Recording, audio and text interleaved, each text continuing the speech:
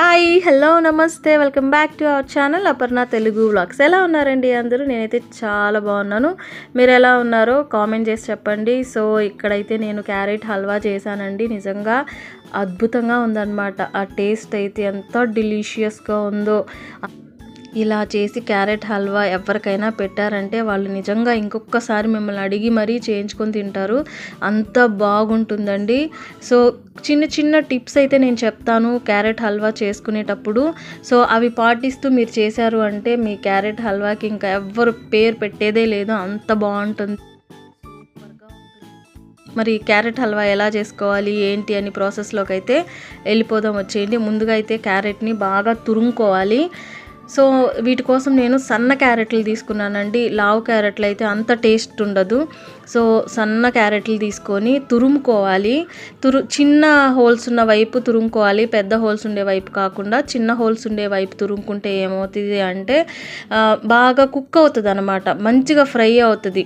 Carrot halwa కొంతమంది చేస్తే ఎలా ఉంటుంది అంటే కసకస ఉంటుంది, అట్లా లేకుండా చాలా సాఫ్ట్గా చాలా డెలీషియస్గా ఉంటుంది.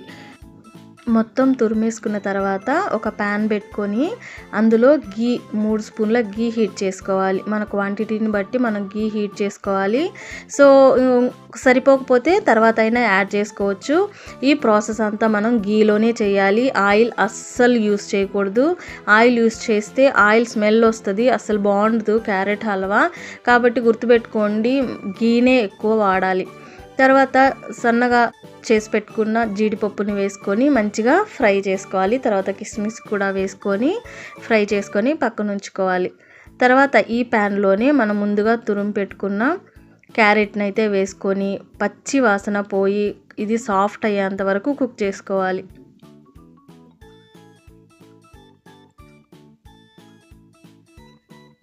ఇలా నీట్గా కలుపుకుంటూ అడుగు మాడకుండా కుక్ చేసుకోవాలి. సో మూత పెడితే ఆవిరితోటి మనకి త్వరగా కుక్ అయిపోతుంది. ఇలా కలుపుకుంటూ మధ్య మధ్యలో కలుపుకుంటూ కుక్ చేసుకోవాలి, లేదంటే అడుగు పట్టేసి మాడిపోతుంది. సో మీకు ఆ గీ సరిపోలేదు అనిపిస్తే ఇంకొక స్పూన్ కానీ 2 స్పూన్లు కానీ యాడ్ చేసుకుంటే మంచిగా ఇది పచ్చివాసన పోయి మంచి స్మెల్ వస్తుంది. అప్పుడు మీకు అర్థమవుతుంది ఇది కుక్ అయిందని. చూడండి, ఒక 10 నిమిషాల తర్వాత సిమ్లో పెట్టుకొని కుక్ చేసుకుంటే ఇలా మంచిగా కుక్ అవుతుంది. ఈ టైంలో మనం షుగర్ యాడ్ చేసుకోవాలి. ఇక్కడ 1 కప్పు షుగర్ యాడ్ చేస్తున్నాను నేను. ఇప్పుడు ఈ షుగర్లోని వాటరు ఈ క్యారెట్లో మిక్స్ అయ్యి మంచిగా ఇది కుక్ అవుతుంది.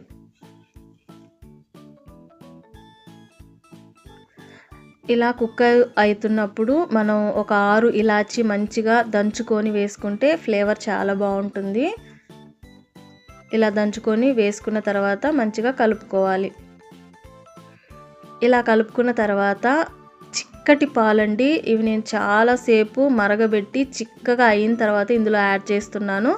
పలచటి పాలు అస్సలు పోయకండి, అస్సలు బాగుండదు ఫ్లేవరు.